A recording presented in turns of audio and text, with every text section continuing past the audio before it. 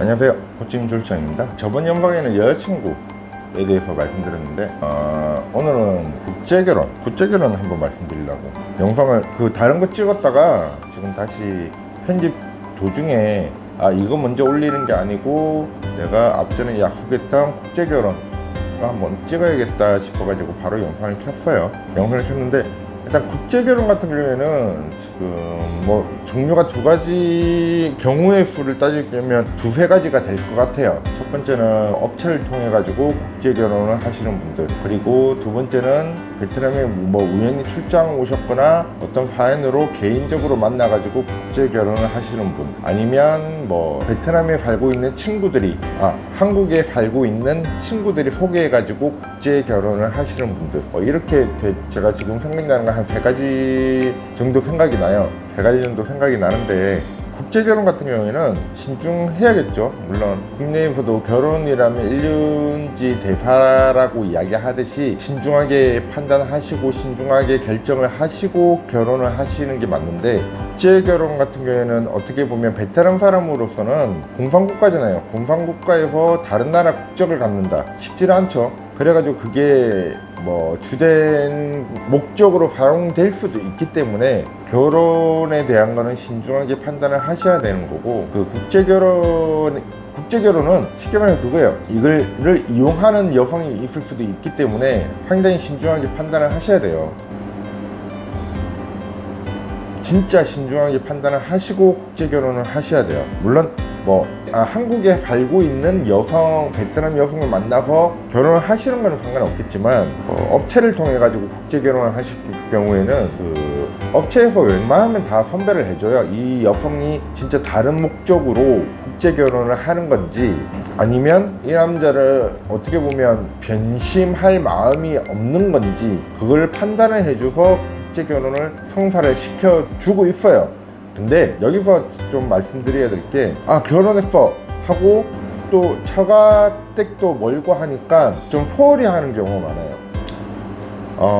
그거예요.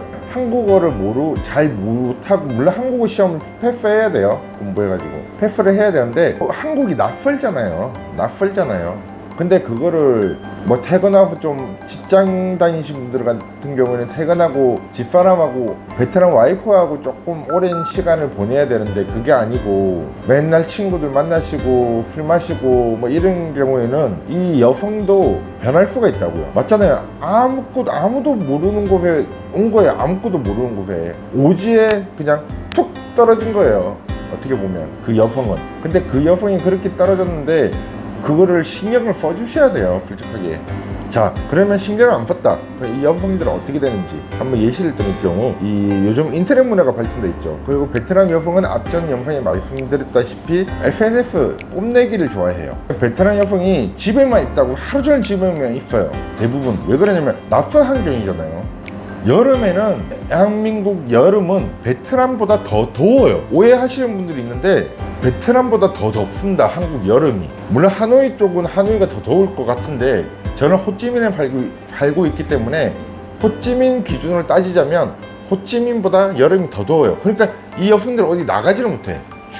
춥다? 대한민국은 영하 몇 도로 떨어지죠. 베트남은 영상 10도 이하로 떨어지면 학교 휴교령이 떨어져요. 휴교령. 그만큼 추위를 무서워하죠. 왜? 항상 30도, 20도 살다가 10도까지 떨어지면 휴교령이 떨어질 정도로 추위에 약한 사람들이에요. 근데 이분들이 어디 돌아다닌다? 아니에요. 못 돌아다녀요. 그렇기 때문에 항상 그렇다고 날씨도 적응이 안 되죠. 그렇다고 언어도 적응이 안 되죠. 어딜 가야 될지도 모르죠. 근데 그 여성을 그렇게 집에만 놔두면 이 여성들은 뭐 할까요? 맨날 유튜브 볼까? 아니에요. 이 여성들은 베트남에 있는 친구들하고 통화를 해요. 베트남에 있는 친구들하고 통화를 하고 친구들하고 잘로를 해요. 잘로라는 게 앞전에 말씀드렸다시피 대한민국으로 따지면 카톡 같은 거예요. 카톡. 그렇기 때문에 잘로로 친구하고 통화를 하겠죠. 과연 거기에 여성만 있을까요? 아니라고요. 외로움은 정신병도 올 수도 있기 때문에 그걸 자기가 극복하기 위해서 이 친구 저 친구 전화를 한다고요. 그러면 그 여성은 어차피 대화가 잘 안 되기 때문에 베트남 남성하고 통화를 하고 SNS로 그 이야기를 한단 말이에요. 그렇기 때문에 변심할 수밖에 없어요. 그러니까 결혼을 하고 나서라도 그 다음 남편이 잘해야 돼요. 남편이 못하면 변심할 수 있어요.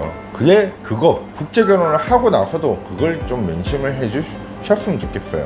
그럼 두 번째, 연애결혼을 했다. 연애결혼을 했으면 앞전 영상에도 말씀드렸다시피 연애결혼 하기 전에 업체 통해서 한번 좀 확인만 좀 한번 해보실 필요성은 있어요. 솔직하게 그거에 대해서 확인을 꼭 하셔야 되고, 저 웨이터도 한 대 때리고 올게요. 웨이터가 계속 지나가서 필요성이 있다는 거예요. 그렇게 되죠. 그리고 뭐 한국에서 만나셨다 하면 그 여성도 한국에 적응을 다 하셨기 때문에 그건 문제가 안 되죠. 그건 문제가 안 되는 경우에요. 그냥 국제결혼은 그렇게 생각하시대요. 제발 업체를 통해서 하시는 것도 좋아요. 괜찮아요. 업체 통해서 하셔야죠. 베트남에 아무 사람 없는데 어떻게 결혼할 거예요? 어떻게 결혼을 하실 거예요? 그러니까 업체를 꼭 통해서 하시는 경우에는 결혼을 하고 나서도 자기 마음가짐을 한번 생각을 해보시라는 거예요. 오지에 탁 떨어뜨렸는데 이 사람이 이야기하고 만날 수 있는 사람은 베트남 사람이에요. 그러니 점점 소홀해지면 이 여성은 변심을 할 수밖에 없는 거예요.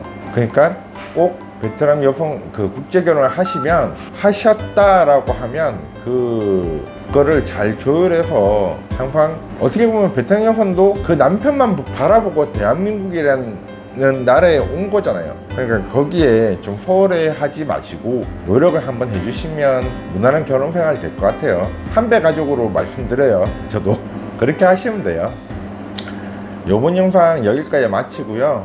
다음에는 다른 영상으로 또 찾아뵙겠습니다. 베트남이나 호찌민의 최대한 많은 정보를 알려드리는 조 실장이 되겠습니다. 감사합니다. 바이바이.